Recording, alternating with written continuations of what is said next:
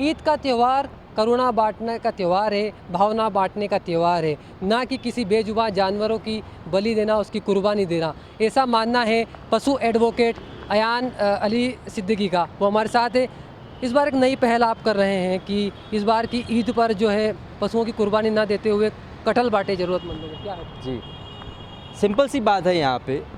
काफ़ी सारे मुस्लिम स्कॉलर्स और काफ़ी सारे मौलाना का ऐसा कहना है कि जो कुर्बानी है वो प्रतीकात्मक है, ना कि वास्तविक।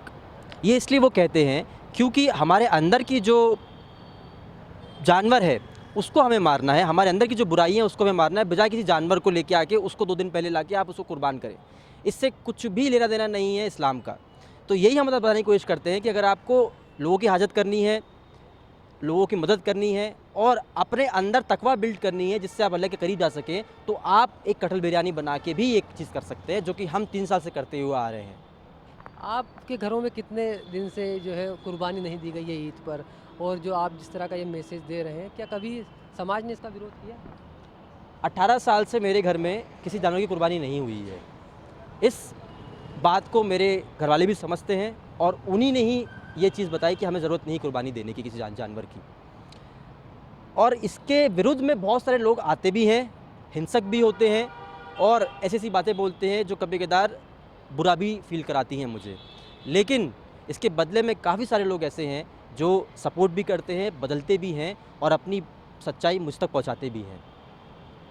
आपने वीडियो जारी किया है, बाकायदा सोशल मीडिया का ज़माना है, सारी जगह आजकल कोई चीज़ छुपाई छुपती नहीं है। अब आपने वीडियो जारी कर दिया, ईद आने वाली है 28 तारीख को। उससे पहले किस तरह की अब चुनौती अब आप देखेंगे? चुनौती ये आती है हमारे पास सबसे बड़ी कि हमारी कम्युनिटी के लोग हमको अच्छा काम करने से रोकते हैं। और ये जो सबसे बड़ी समस्या है कि जो समाज में जो हम जैसे लोग हैं, जो चाहते हैं कि वेजिटेरियन बने, वीगन बने, तो उनको जो रोकने वाले लोग हैं वो भी समाज के ही लोग हैं। कुछ लोग चाहते हैं कि वो अच्छा करें, लेकिन क्योंकि उनके आसपास के जो लोग हैं वो उनको रोकते हैं।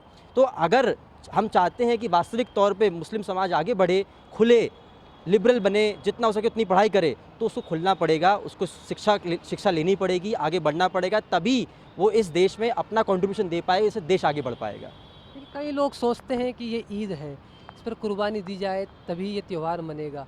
तो क्या आपको लगता है कि इस तरह का कुर्बानी दिए बिना त्यौहार मनाया जा सकता है? और क्या संदेश अब आप यंग जनरेशन जेन जी को देना चाहेंगे इसको लेकर? कुर्बानी बिल्कुल आप दे सकते हैं। मेरे अंदर बहुत सारी बुराइयाँ हैं, उनकी कुर्बानी मैं देता हूँ। इससे मैं एक अच्छा इंसान बनता हूँ, मेरी जो आत्मा है, मेरी जो रूह है, वो पाक साफ़ होती है। ये मैं इसको कुर्बानी मानता हूँ। आने वाली जो जनरेशन जी है, वो बहुत ही क्रिटिकल है, बहुत ही एजुकेटेड है और हर वो चीज़ को इंक्वायर करती उसके पास आती है। तो बस मेरा उनसे यही आग्रह है कि जो उन तक इन्फॉर्मेशन पहुँच रही है, उसको वो सिर्फ स्वीकार ना करें, उसको जाँचें, पहचानें और उसको समझें और फिर उसको मानें कि वो कितनी सही है, कितनी गलत है। आर्टिकल 51 AH संविधान का ये कहता है कि every single individual who is a citizen of this country must have scientific temper. Scientific temper का मतलब क्या होता है कि जो भी समाज में रिलीजन के थ्रू बिलीफ बनाए गए हैं, उसको साइंटिफिक तौर से अपनाएं और उसको अपने साथ लें। कुर्बानी जानवर की साइंटिफिक नहीं है, इसलिए कुर्बानी को त्याग दें, अपने अंदर की बुराई की कुर्बानी करें। शांति का त्यौहार अब आप इसे मानते हैं। किस तरह की ज़रूरतमंदों की मदद आप करते हैं इस बार? और कब से पहल आप शुरू कर रहे हैं साहब? बहुत सारे लोग ऐसा कहते हैं कि हम जो मीट है वो गरीबों तक बाँटते हैं। गरीबों तक गैस उनके पास है नहीं। हम पिछले साल जब हम जब गए क्या कहते हैं कटहल बिरयानी बाँटने लोगों तक, तो हमने कुछ लोगों के पास जो गरीब थे उनके पास मीट देखा। उनके पास गैस नहीं थी मीट बनाने की, तो वो नमक के साथ मीट खा रहे थे कच्चा। तो आप जो उनको मीट दे रहे हैं तो वो उनके लायक भी नहीं है खाने। तो ये अच्छा आप कटहल की बिरयानी बनाएँ, उनको पका हुआ खाना खिलाएँ जिनसे उनका पेट का पोषण भी हो और उनका स्वास्थ्य भी अच्छा हो।